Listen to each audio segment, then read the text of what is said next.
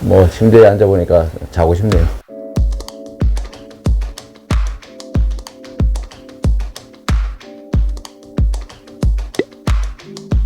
이 집은 혹시 얼마 정도 할 것 같으세요? 보증금 있는 경우 없는 경우? 있는 경우? 보증금 액수에 따라 다르겠죠. 1000이라고 치면?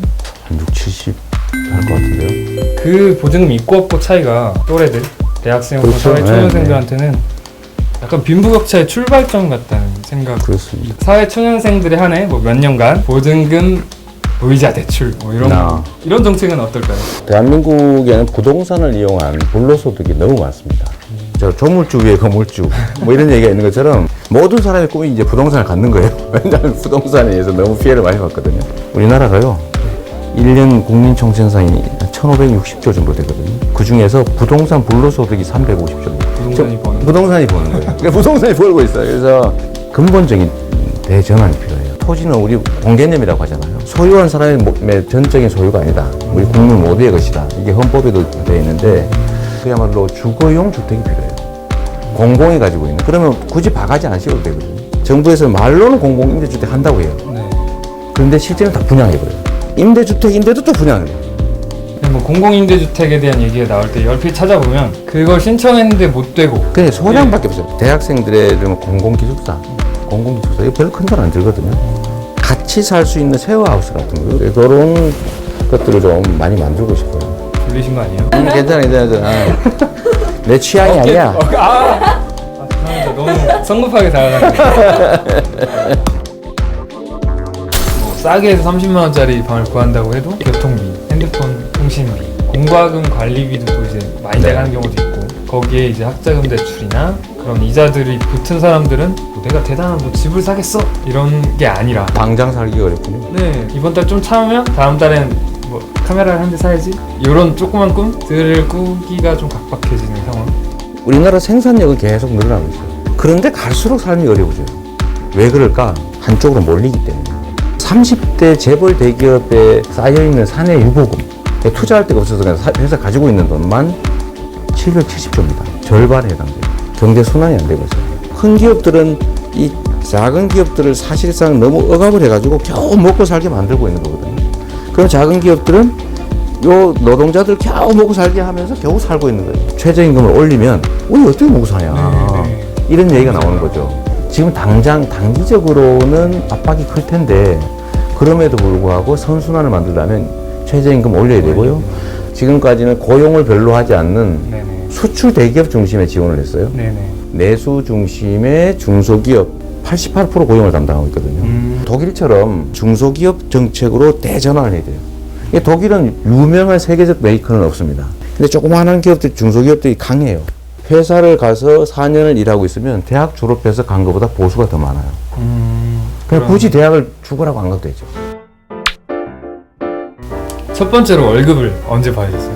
저는 초등학교 졸업한 후에 월급을 받아봤어요. 중고등학교를 안 다녀서 공장을 다녔거든요. 어려운 시절을 거쳐서 어떻게 보면 성공한 케이스잖아요. 네. 그런 시점에서 가질 수 있는 인생관은 오히려 하면 된다. 나도 했는데 나를 봐라. 약간 이런 시장이 마음 한구석에 그런 마음도 있을 거라고 생각해요. 그게 내가 미안한 거예요. 일단 세상 사람들한테 나처럼 살아라고 말할 수 없는 거고, 두 번째는 지금의 환경이 그때 저처럼 노력을 해도 저처럼 될 수 없는 환경이 되어버렸어요. 이제 대학 졸업하고 로스쿨 나와야 변호사 될 수 있거든요. 그리고 그때는 월급도 계속 올랐어요, 사실. 첫 월급이 3,000원이었는데 한 6년 정도 지난 다음에 제가 받은 월급은 한 6, 7만 원 됐거든요. 지금은 임금이 고정돼 있어요. 강제로 최저임금으로 올려야 될 상황이 돼 있는 거죠. 근데 그게 저는 전문가한테 미안해요, 오히려. 생산력이 향상이 되면 일자리가 총량이 줄어들겠죠. 노동시간 단축을 해결하는 거죠. 12시간, 10시간, 8시간, 지금 8시간까지 온 거죠. 주 5일 근무 8시간. 그 약속을 안 지키고 일자리를 줄이는 게 맞습니다. 연장수당을 사실은 안 주고 있어요. 연장근로도 52시간 이상 하지 마라. 하면 처벌한다. 그냥 오히려 장시간 노동을 권장해. 요 사람들 일만 못하게 만들어도 33만 개 일자리가 생기는데 정부가 그걸 방치해요. 일자리 100만 개, 200만 개 만들겠다, 뭐 임금을 대기업에 80% 올려주겠다. 누가 어떻게 올릴 건데? 일자리가 줄어드는 일을 아주 혁명적으로 또 겪게 돼 있어요. 이거 웬만한 거 다 이제 인공지능과 컴퓨터 기계 다 해치우겠죠. 그럼 해결 방법은 딱 하나 있습니다. 기본소득이라고 합니다. 최저한의 삶을 보장해주자. 예, 우리가 가지고 있는 공동의 자산에서 나오는 수입이 있는데, 예를 들면 우리 공기 있잖아요. 네. 이 공기를 이용해서 누가 돈을 엄청나게 많이 벌었다. 오염되잖아요, 대신에. 그럼 거기서 생긴 수입의 일부는 우리 공기를 이용하는 모든 국민에게 조금씩은 같이 나눈다. 뭐 이런 개념인데, 성남시에서 이미 진행을 하고. 요만큼 했죠. 네. 그거는 중간 단계라고 보시면 됩니다. 네. 지금 당장 급한 거는 청년들 너무 힘들잖아요. 제가 한 100만 원 1년 지급했더니 청년들 진짜 좋아하더라고요. 뭐 3년 만에 과일 처음 사 먹었다 이런 사람도 있고요. 밀린 월세 냈다. 못 사던 책 샀다. 너무나 잘 쓰고 있더라고요. 첫 수에 배부려야 그러나 해야 되는 길이니까 철리길도 한 걸음부터 시작하자. 그런 거죠. 제가 맨 처음 느꼈을 때는 뭔가 센케다. 센 캐릭터 이런 얘기죠. 맞습니다. 그런 거겠지. 예, 근데 센 장면만 보이는 거죠. 그냥 부드럽고 인간적으로 잘 지내는 경우야 뭐 뉴스가 아닙니까. 바꿔야 될 거 바꾸고 불법과 싸우겠다라고 말씀을 하셨지만 어쨌든 마음이 안 맞는 사람들이 있잖아요. 타협은 항상 필요할 것 같아요. 성남시에 혹시 기회 되면 한번 오세요. 시청에 오시면 시장실을 아예 열어놨어요. 아무나 시장실에 들어올 수 있게 아무 때나. 그럼 집단 민원이 없겠습니까? 다 대화하죠. 그렇죠. 근데 그런 거 다 대화해서 해결해요. 선을 넘는 거는 제가 명확하게 끊죠. 근데 박근혜 최순실 게이트를 만드는 소위 그 재벌이나 아니면 부패 정치 세력들, 거기는 타협할 대상이에요? 아니면 청산할 대상입니까? 청산보다는 통합, 이러면서 타협을 자꾸 얘기해요.